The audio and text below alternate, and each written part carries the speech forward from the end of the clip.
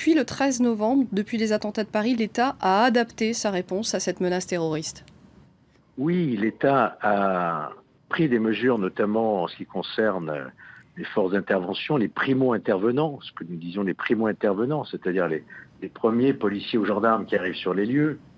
Mais d'une manière plus générale, nous avons fait, nous, notre commission d'enquête, des propositions beaucoup plus audacieuses, notamment au niveau du renseignement, pour qu'il y ait une meilleure coordination, une meilleure efficacité de nos services, tant sur le plan national que sur le plan européen.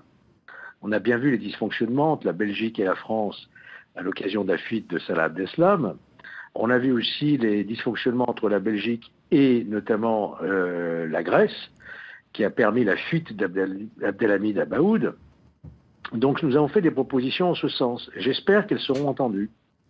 Qu'est-ce qu'il faudrait faire aujourd'hui pour prémunir ce genre d'attaque avec un individu qui n'était pas fiché S, qui n'était pas, lui, dans le radar des services de renseignement? Il faudrait déjà se demander pourquoi cet individu n'était pas dans les radars des renseignements, puisqu'il c'est un délinquant de droit commun qui a été donc condamné. Donc pour l'instant, l'enquête ne fait que démarrer.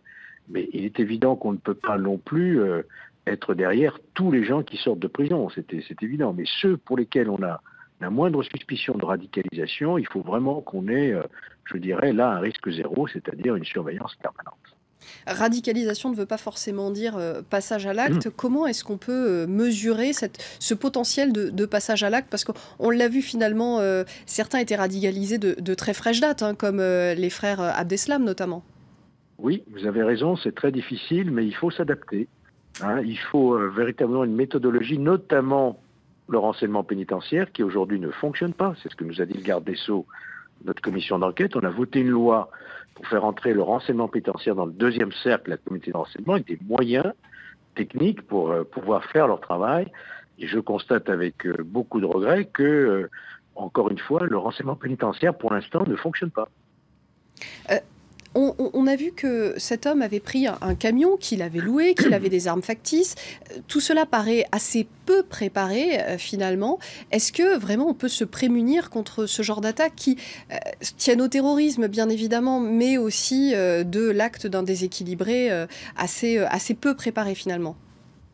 Bon, je ne sais pas si on peut parler ici d'un déséquilibré. C'est quand même quelqu'un qui arrive au volant d'un sbire-remorque. On voit bien un camion de 15 mètres de long, avec des armes à l'intérieur de son véhicule. Il sait très bien ce qu'il fait. Hein. Je ne pense pas que ce soit un déséquilibré, mais enfin, laissons faire l'enquête. Mais il est un fait qu'on ne peut pas tout prévoir, c'est sûr et certain. Et quand on regarde le parcours de tous les auteurs des attentats de janvier et novembre, c'est le résultat de notre commission d'enquête, ils étaient tous parfaitement connus et pourtant ils ont pu échapper à tous nos radars. Donc il faut tirer les leçons des attentats de 2015 qu'on n'a pas encore complètement tirées. Est-ce qu'on s'inscrit dans la durée maintenant? Parce qu'on l'a vu encore 3 mois de plus d'état d'urgence. On a dépassé les 8 mois de ce régime exceptionnel. Mais jusqu'à quand est-ce qu'on va pouvoir continuer à maintenir ce dispositif d'urgence? Nous sommes d'accord pour maintenir le dispositif d'urgence. Il est évident que, compte tenu de cette menace qui est toujours extrêmement élevée, mais pour autant, il ne faut pas non plus croire que par l'état d'urgence, on va tout prévenir. Hein. Pas plus d'ailleurs que par la force sentinelle que le président de la République a annoncé vouloir maintenir. On n'est pas du tout, nous, convaincus, notre commission d'enquête, de la pertinence de maintenir cette force sentinelle. On pense qu'il vaudrait mieux peut-être recruter des forces de police intérieures, gendarmes et policiers, que de mobiliser la force armée. Voilà ce que je peux vous dire. Donc le risque zéro n'existe pas, mais il faut en tout cas, pour les individus qui sont repérés, il ne faut plus relâcher la vigilance. Vous disiez recruter des policiers, mettre aussi l'accent sur le renseignement, c'est ça? Il faut mettre l'accent sur le renseignement dans la mesure où le renseignement aujourd'hui est encore mal coordonné. Nous demandons, et c'est la proposition que nous faisons, qu'il y ait une véritable coordination au niveau du chef de l'État, avec un véritable coordonnateur sur le modèle du DNI américain, qui dispose d'une base commune de renseignement qui n'existe pas aujourd'hui. Il nous faut véritablement un fichier commun pour tous les services de renseignement, hein, de façon à ce qu'il n'y ait plus de trous dans la raquette, comme on l'a vu par exemple avec Sami Amimour ou avec d'autres individus. Voilà, donc je crois que là, vraiment, on n'a plus de temps à perdre. J'espère, vraiment j'espère, mais j'en doute un peu que nous soyons entendus par le ministre de l'Intérieur. Vous parliez de trous dans la raquette. Évidemment, lors du 13 novembre, on aurait pu intercepter des communications téléphoniques, des mails entre les différents membres du commando. Là, si il s'agit de l'acte d'un individu isolé, comment est-ce qu'on aurait pu l'identifier? Encore une fois, il est très difficile de prévoir ce genre d'action. Regardez ce qui s'est passé à Orlando, c'est à peu près le même schéma d'un individu qui s'auto-radicalise et qui passe à l'acte. C'est extrêmement difficile. Mais encore faut-il que dans notre pays, on ait aussi une politique pénale qui soit adaptée, ce qui n'est pas aujourd'hui. Nous le réclamons. Il faut arrêter les réductions de peine automatiques pour les délinquants, notamment terroristes, qui sont toujours appliquées. Il faut arrêter aussi des libérations conditionnelles anticipées, sans garantie. Il faut assurer un suivi judiciaire. Il faut y mettre les moyens.